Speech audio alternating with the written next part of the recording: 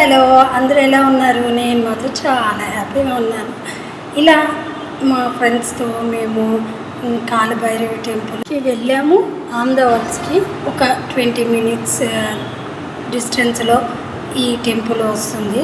ఈ టెంపుల్లో కాలభైరవి టెంపుల్ మీద ఉంటుంది, కింద బాలత్రిపుర సుందరి గుడి ఉంటుంది.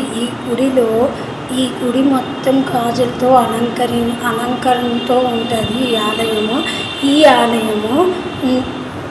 ఈ గాజులు అలాగ ఒకసారి అలంకరించి ఉంచడం కాదు, ప్రతి సంవత్సరం గాజులతో అలంకరించి పాత గాజుల్ని మళ్ళీ శ్రావణ మాసం భక్తులకి అందజేస్తారు.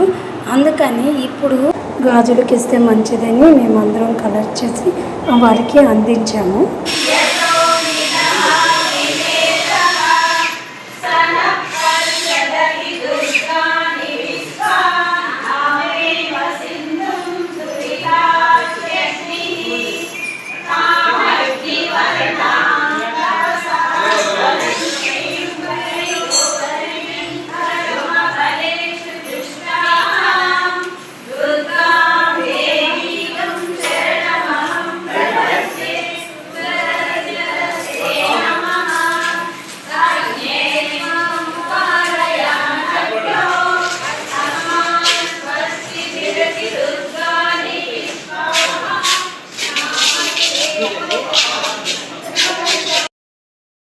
ఇలా కొంతసేపు మేము ఉండి కొంతసేపు ఇలాగా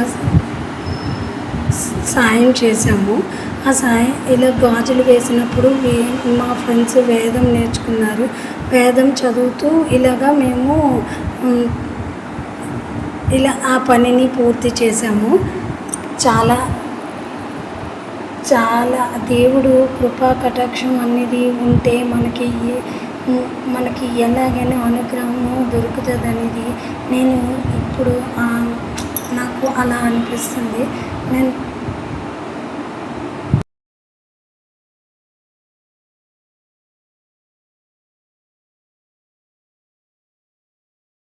శ్రీకాకుళంలో ఉన్న పురాతనమైన అద్భుత దేవాలయం మీకు తెలుసా? అదేనండి, నారాయణ తిరుమల దేవాలయము. అది చాలా ప్రసిద్ధమైనది. ఆలయంలో ఉన్న వెంకటేశ్వరుని చూసి గూస్ బంప్స్ వచ్చేయండి. ఇంత లేటుగా చూశాననే ఫస్ట్ టైం అనిపించింది, కానీ అలాగ అనుభవం సహజం. అనుగ్రహం